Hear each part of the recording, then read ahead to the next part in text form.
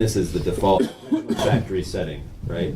On your whatever product, and then shades of other racial identities and racializations are kind of modifications to the default.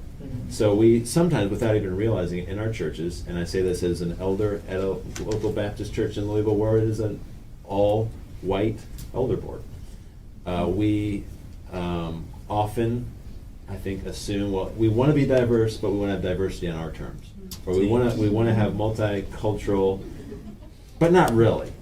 The reality is that whiteness is rooted in plunder, in theft, in slavery, right? Enslavement of Africans, genocide of Native Americans. Southern Seminary. This is a very white institution.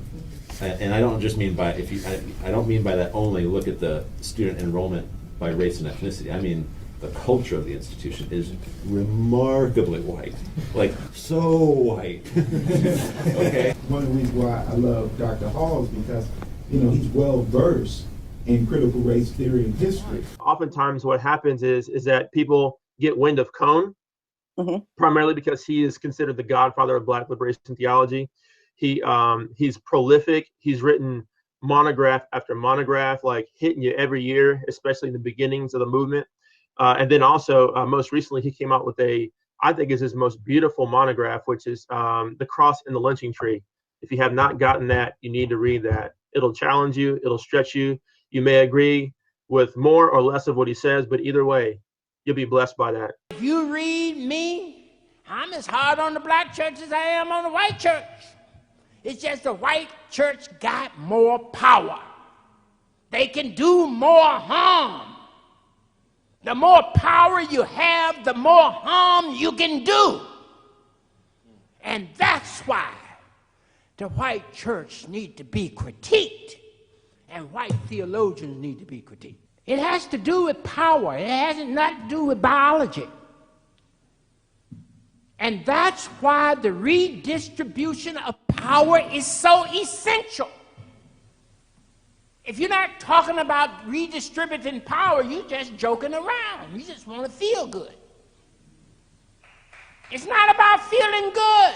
It's about distributing power. And so because of that, he's this sort of seminal, powerful figure, almost like a wrecking ball, right?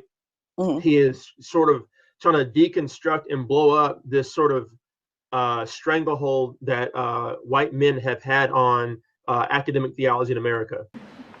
And Jimmy, what I explained to Jimmy was, I said, Jimmy, because one day he said, you know what, I want to create a multi-ethnic church. And that's something you've been pushing into me. Why don't we do this together? I said, well, before you do that, let me ask you this question. Have you ever sat under African-American leadership? And he was like, no. I said, so why should black folk follow you as a leader if you've never submitted to African-American leadership? What we're saying is that this can be utilized simply as an analytical tool, not a transcendent worldview. One of the challenges that I had to one of the Anglo pastor teachers was this. I said, Jimmy, for every book, he was a student, he graduated from Covenant Theological Seminary in St. Louis. I said, for every book that you read, for every one book that you read by an Anglo, I need you to read 2 books by a non-Anglo. One of the firms that's helping us find men said, let me ask you a question, Pastor Matt. If we find an Anglo 8 and an African-American 7, which one do you want? I said, I want the African-American 7. And he said, what if we find an Anglo 8 and an African-American 6? And then I said, then give me the Anglo 8, because the African-American 6 will look and feel to our people like the kind of tokenism that I'm preaching against. So the construct of race enters into our narrative for the purpose of racial hierarchy, to establish a racial hierarchy of whiteness over blackness. So then, slavery. Why do you have slaves? In part, I know it's complex, in part because of white supremacy. Why do you have institutions that are slamming the door shut in the days of segregation, in the faces of black people, because of white supremacy? And white supremacy shows its ugly face, even when there are no intentional racists in the room, because white supremacy affects systems, you see. Does that make sense? I am a racist. Okay, so if that freaks you out, if you think the worst thing somebody can call you is a racist, then you're not thinking biblically. Because guess what?